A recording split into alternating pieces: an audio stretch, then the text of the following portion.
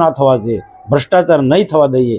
અમારે ભારતીય જનતા પાર્ટીના જે કાર્યકર્તાઓ છે, સંગઠન સાથે જોડાયેલા કાર્યકર્તા છે, એક રાષ્ટ્રવાદી વિચારધારા સાથે જોડાયેલા કાર્યકર્તા છે, એક દેશ સમૃદ્ધ ભારત બને, 100નો સાથ 100નો વિકાસ સાથે દેશને વિકાસના માર્ગે અમે લઈ જઈ રહ્યા છીએ। તો આવા લોકોનો બહુ લાંબો ટાઈમ ચાલવાનો નથી। ભલે તાલુકા પંચાયત, જિલ્લા પંચાયતમાં જે જીત્યા છે એનો અમને આનંદ છે, પણ પ્રજાના હિતના કામો કરે તો પ્રજાના માટે સારું છે ને આદિવાસી સમાજ માટે પણ સારું છે। સર, આજે હાર થઈ છે એની પાછળ સંગઠન નબળું હોય અને ટિકિટોની વહેંચણીનો મુદ્દો છે, એ કારણ હોઈ શકે આમાં? ના, એ ટિકિટ વહેંચણીનું કે સંગઠન એ તો બધી ગૌણ બાબત છે, પણ આજે આમ આદમી પાર્ટી અને આમ આદમી પાર્ટી સાથે જોડાયેલા કેટલાક જે સંગઠનોએ જે ખોટો જે પ્રચાર કર્યો છે એના કારણે જીત્યા છે। બાકી સંગઠન તો અમારા ભાજપ જેટલું સંગઠન મજબૂત કોંગ્રેસ પાસે પણ નથી અને આમ આદમી પાર્ટી પાસે પણ નથી। અમારે બૂથ સુધીના અમારા કાર્યકર્તા, ટિકિટ વહેંચણીમાં તો બધી જગ્યાએ થાય છે, આમ આદમી પાર્ટી કોંગ્રેસમાં બી થાય છે, પણ મુખ્ય જે મુદ્દો છે જે આમ આદમી પાર્ટીને એમની સાથે જોડાયેલા કેટલાક સંગઠનોએ જે અપપ્રચાર કર્યો છે, ખોટો પ્રચાર કર્યો છે, એના કારણે એ લોકો જીત્યા છે। કેટલાક આદિવાસી સમાજને એ લોકો ગુમરાહ કરી રહ્યા છે, ખોટી વાતોમાં ભરમાવી રહ્યા છે, એના કારણે જીત્યા છે।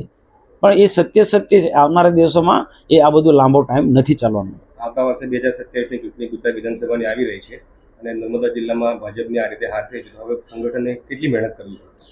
જો વિધાનસભામાં પણ આ ખોટા મુદ્દાના આધારે વિધાનસભા જીતી ગયા ચૈતર વસાવા, લોકસભામાં પણ ઝઘડિયા વિધાનસભા અને ડેડિયાપાડા વિધાનસભામાં આ ખોટા મુદ્દાના આધારે સારા મત લીધા અને એ જ મુદ્દાઓ આધારિત તાલુકા પંચાયતના જિલ્લા પંચાયતમાં પણ એ લોકો જીતી ગયા છે।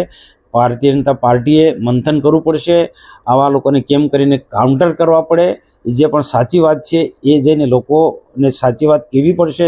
ક્યાંક કેટલોક આદિવાસી સમાજ કેટલાક ખોટી વાતોમાં ભ્રમમાં જે આવી રહ્યો છે, એમને રાષ્ટ્રીય વિચારધારા, દેશના વિકાસમાં, દેશનો જે પ્રકારે જે વિકાસ થઈ રહ્યો છે એની સાથે જોડવાના બધાએ ભારતીય જનતા પાર્ટીના લોકોએ એ પ્રકારના પ્રયાસ કરવા પડશે, તો વિધાનસભા અમે ડેડિયાપાડા જીતીશું। અને જો આ એંગલથી જો અમે ધ્યાન ના આપીશું તો આજે આ નર્મદા જિલ્લો આમ આદમી પાર્ટીને ખોટા લોકોએ, જુઠ્ઠા લોકોએ કબજો કર્યો છે, એ રીતના આખું ટ્રાઇબલ પોકેટ કબજો કરશે।